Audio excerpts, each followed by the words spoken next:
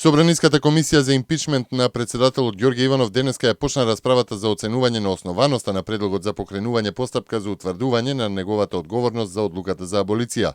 Членовите на комисијата од опозицијата побараа Иванов да дојде на седницата, на што се спротивставија нивните колеги од владеачкото мнозинство.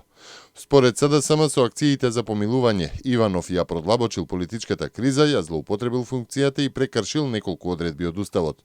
ВМРО ДПМН пак оцени дека барањето на опозицијата за импичмент на Иванов е неиздржано и негова цел е да се удри врз институцијата председател.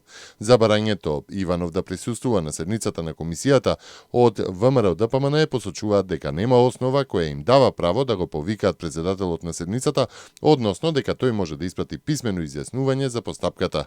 Комисијата која го разгледува предлогот на опозицијата има рок до понеделник да подготви финален извештај, што потоа треба да го образложи на пленарна седница во собранието. Евентуалната одлука за почнување постапка пред Уставниот суд за утврдување на одговорноста на Иванов треба да донесат најмалку 82 пратеници од собранието на Македонија. Фондот за иновации и технолошки развој денеска ќе го објави третиот поред оглас за грантови за иновативни проекти.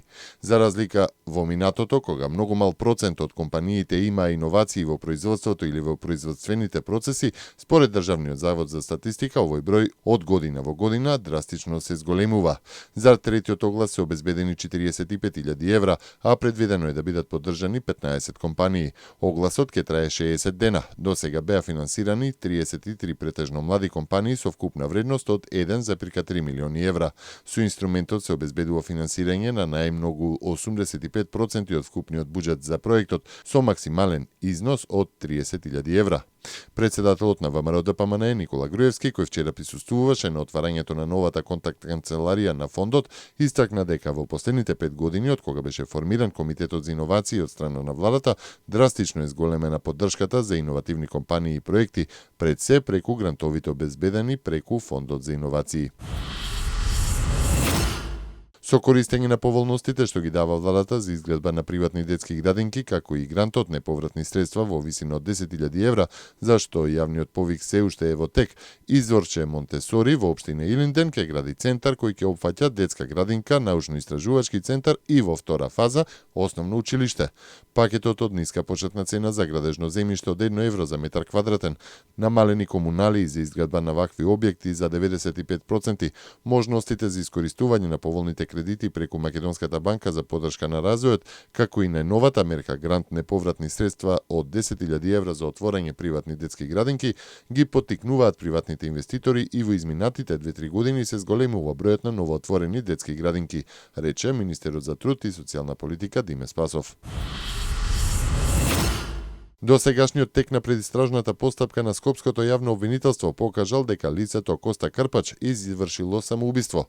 И покрај тајноста на предистражната постапка, основното јавно обвинителство Скопје за утврденото ја известува јавноста со цел одстранување на шпекулациите.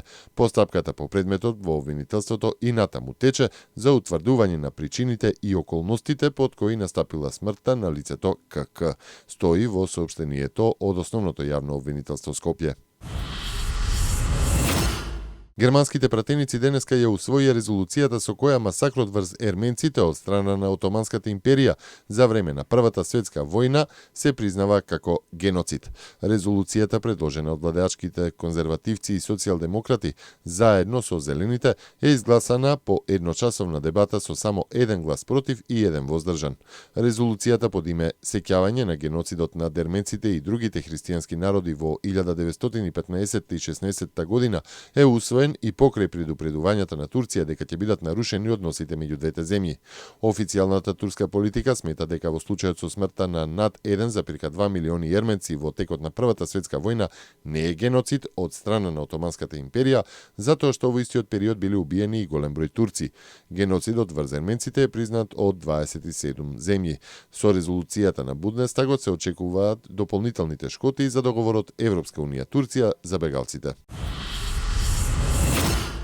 Едвард Сноуден, главниот меѓународен дописник на CNN Кристијана Аманпур и грчкиот поранешен министер за финансии Јанис Варуфакис ќе бидат меѓу говорниците на форумот за демократија кој ќе се одржи во Атина во септември, објавуваат организаторите.